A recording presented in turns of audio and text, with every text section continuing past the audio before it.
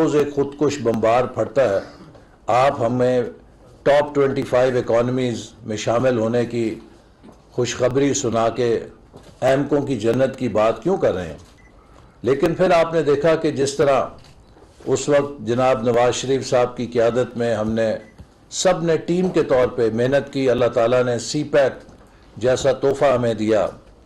तो 2017 में price water house coopers ने अपनी रिपोर्ट में ये बात लिखी कि अगर पाकिस्तान इसी रफ्तार से चलता रहा तो 2030 तक वो दुनिया की पहली 20 मईशतों में शामिल हो जाएगा।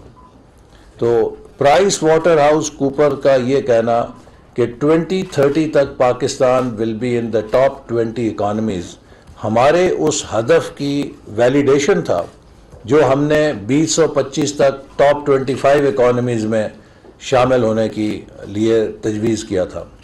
लेकिन फिर जब हुकूमत ने मेहनत की, हमने लोड शेडिंग का ख़ात्मा किया, मुल्क में अमन किया, कनेक्टिविटी का जाल फैलाया, और जब पाकिस्तान की दुनिया में एक साख बहाल हुई और पूरी दुनिया पाकिस्तान की तरफ मुतवज्जे हो गई, 2017 में अमेरिका, यूरोप, जापान, मशरक़ वस्ता, हर मुल्क का सफ़ीर मुझसे आके एक ही सवाल करता था कि हमें ये बताइए कि हम सी पैक के तहत हमारे मुल्क की कंपनियां कैसे पाकिस्तान में दाखिल हो सकती हैं। सारी दुनिया ने ये समझ लिया कि पाकिस्तान को एक तरक्की का फार्मूला हाथ आ गया है, अब हम भी इनके साथ जुड़ जाएं। लेकिन फिर 2018 में हमें सुनामी के और तब्दीली के मिज़ाइल ने हिट किया, हमें हुकूमत से बाहर फेंक दिया गया और एक नई हुकूमत आ गई।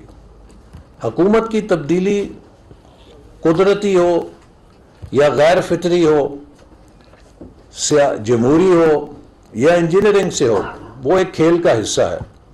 लेकिन अगर हुकूमत की तब्दीली के साथ तमाम पॉलिसियाँ भी तब्दील हो जाएं और तमाम रास्ते भी तब्दील हो जाएं और मुल्क की सिमत भी तब्दील हो जाए, तो फिर वो एक ऐसा नुकसान होता है जो नाकाबिले तलाफ़ी होता है।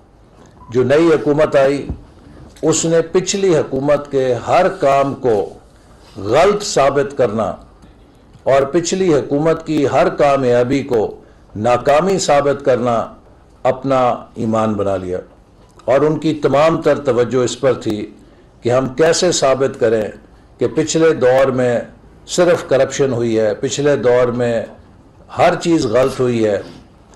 और इस सोच के अंदर नतीजा ये हुआ कि वो बैनुल अक़वामी सरमायाकार जो पाकिस्तान की तरफ मुतवज्जे हो रहे थे, उस नेगेटिविटी की वजह से रफ्ता रफ्ता वो पीछे हटना शुरू हो गए।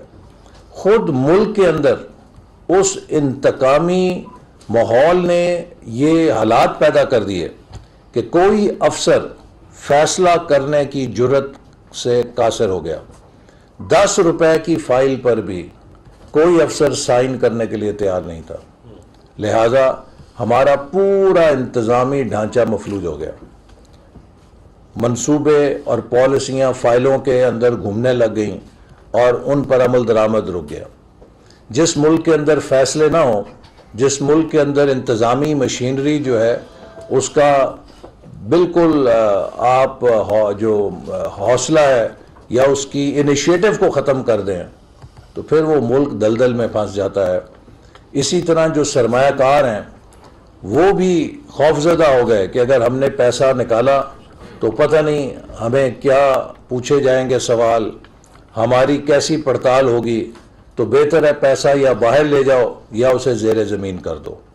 तो 4 सालों में ज़्यादातर वक्त पाकिस्तान में बेयकीनी में ज़ाया हुआ, माँ सवाए कि जब पिछली हुकूमत में शामिल कुछ रियल स्टेट के बड़े लोगों ने हुकूमत से एक रियल स्टेट का पैकेज मंजूर कराया जिसका मकसद ज़्यादा ये था कि वो अपना काला धन कैसे सफ़ेद कर सकें। लेकिन उससे बियॉन्ड मुल्क के अंदर तमाम तरक्की का पहिया रुक गया। ज़राअत 2018 में हम हर तरह से खुद कफ़ील थे, गंदम एक्सपोर्ट करते थे, चीनी एक्सपोर्ट करते थे, इसी तरह कपास अपनी ज़रूरत के मुताबिक पूरी करते थे। आज जब हम हुकूमत में आए हैं तो 3 मिलियन टन गंदम दरामद कर रहे हैं, चीनी दरामद कर रहे हैं, इसी तरह कपास दरामद कर रहे हैं। और पाकिस्तान जो कि एक बहुत पोटेंशियल वाला ज़रूरी मुल्क है, वो अपनी बुनियादी ज़रूरतों के लिए इंपोर्ट्स पे इन्हिसार कर रहा है। इसी तरह हमारे मुल्क के अंदर और भी कई ऐसे शोबे हैं कि जिसमें हम बहुत तेज़ी के साथ आगे जा सकते थे, रुक गए। और सबसे बड़ा निशाना सी पैक बना। सी पैक का वो मंसूबा जो हमारा फ्लैगशिप था वो तकरीबन हॉल्ट हो गया और 4 सालों में $1 की नई सरमायाकारी सी पैक के तहत नहीं हुई। सी पैक के 3 मराहिल थे। पहला मरला इंफ्रास्ट्रक्चर का था, जिसका ज़्यादातर काम हम 2018 तक मुकम्मल कर गए थे। 2020 और 25 के दरमियान उस इंफ्रास्ट्रक्चर के ऊपर 9 सनती जोन कायम होने थे, जिनके लिए हुकूमत पाकिस्तान ने इंफ्रास्ट्रक्चर तैयार करना था और चीन से तकरीबन 30 से 40 अरब डॉलर प्राइवेट सरमायाकारी पाकिस्तान आने के लिए तैयार बैठी थी कि ये नया इकोनॉमिक जोन 2020 तक तैयार होंगे और इसके अंदर रीलोकेशन होगी चाइनीज़ इंडस्ट्री की।